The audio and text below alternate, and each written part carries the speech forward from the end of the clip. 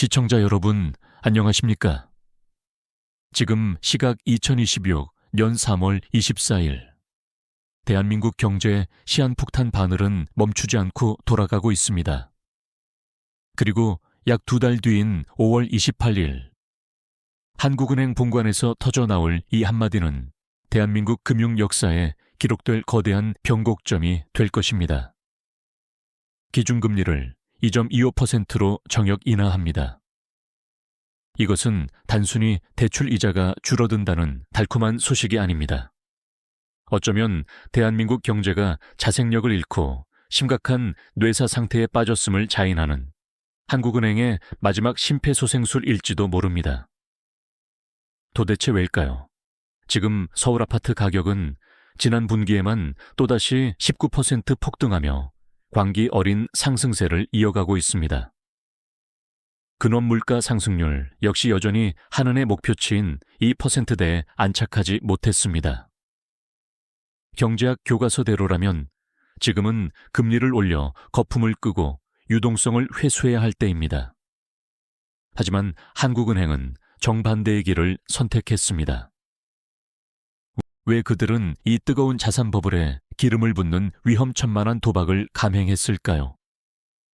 언론이 보도하는 단순한 경제 수치 너머 우리가 상상조차 못할 거대한 그림자 금융의 붕괴 조짐이 시작된 것은 아닐까요?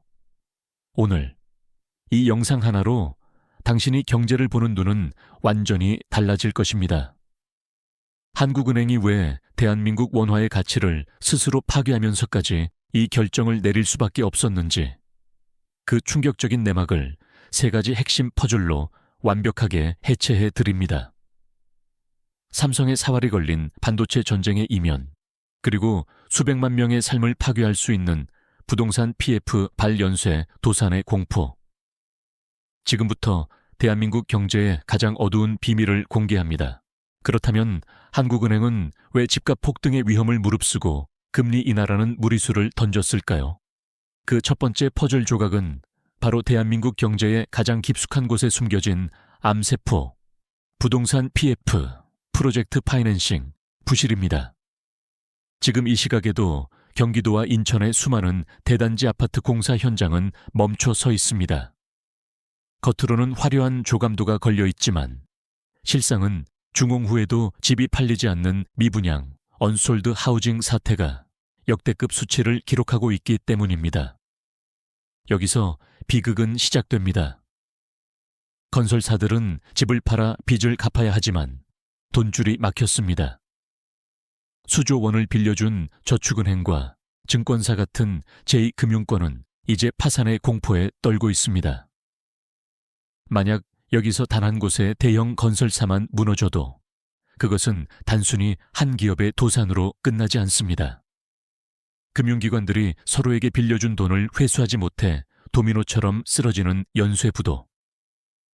즉, 1997년 외환위기 당시의 악몽이 2026 연판으로 재현될 수 있다는 뜻입니다. 한국은행은 알고 있었습니다. 지금 금리를 내리지 않으면 이 200조 원 규모의 PF 폭탄이 터져 대한민국 금융 시스템 전체가 마비될 것이라는 사실을 말입니다.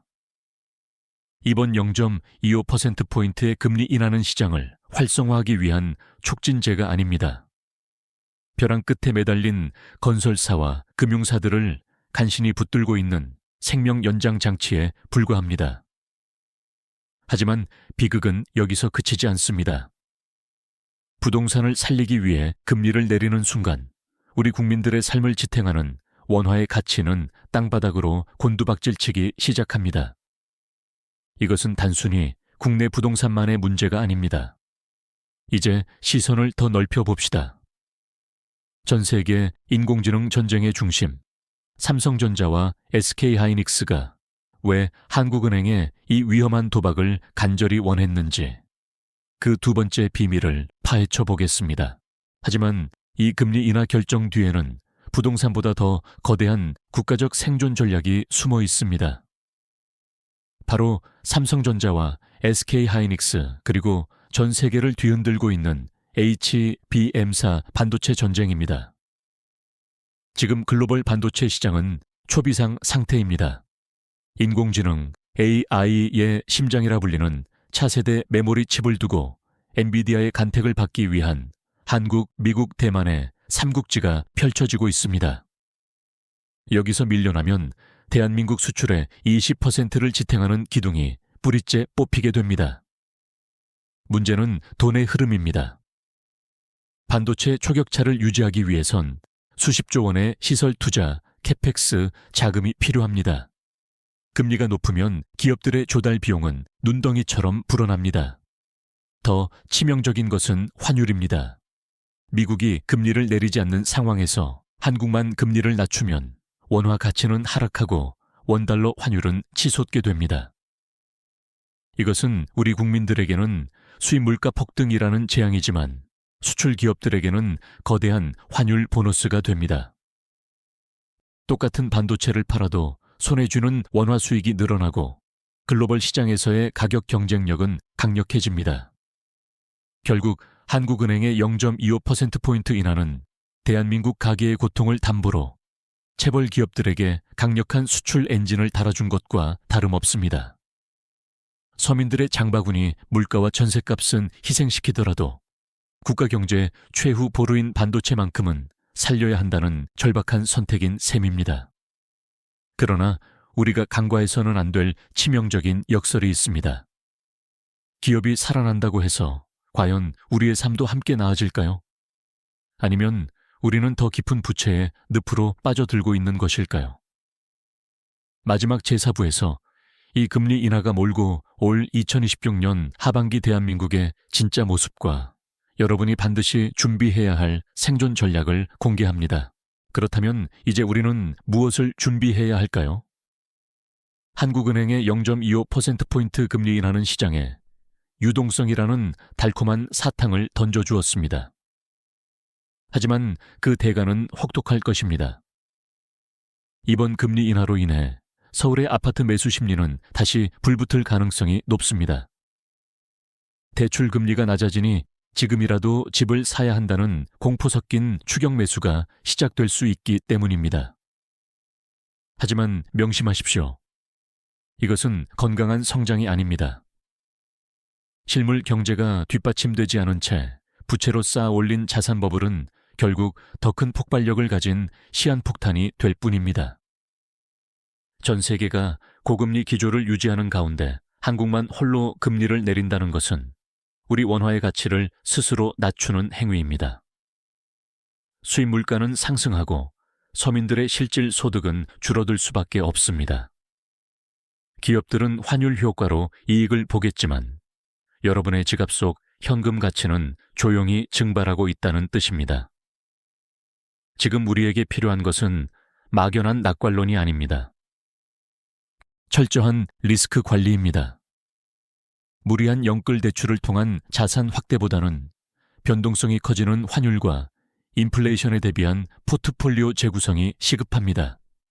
2026년 5월 28일 한국은행이 내린 그 결정은 대한민국 경제의 구원투수가 될 것인가? 아니면 침몰하는 배의 마지막 비명소리가 될 것인가? 역사는 말해줄 것입니다. 하지만 분명한 것은 준비되지 않은 자들에게 경제의 변화는 재앙이 되지만 준비된 자들에게는 거대한 기회가 된다는 사실입니다.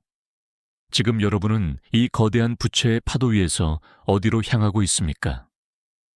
오늘 영상이 여러분의 소중한 자산을 지키는데 작은 이정표가 되었기를 바랍니다. 대한민국 경제의 숨겨진 진실을 추적하는 저희 채널과 함께 다가올 경제 격변의 시대를 슬기롭게 헤쳐나가시길 바랍니다. 끝까지 시청해 주셔서 감사합니다. 구독과 좋아요는 여러분의 통찰력을 넓히는 가장 빠른 길입니다. 다음 영상에서 뵙겠습니다.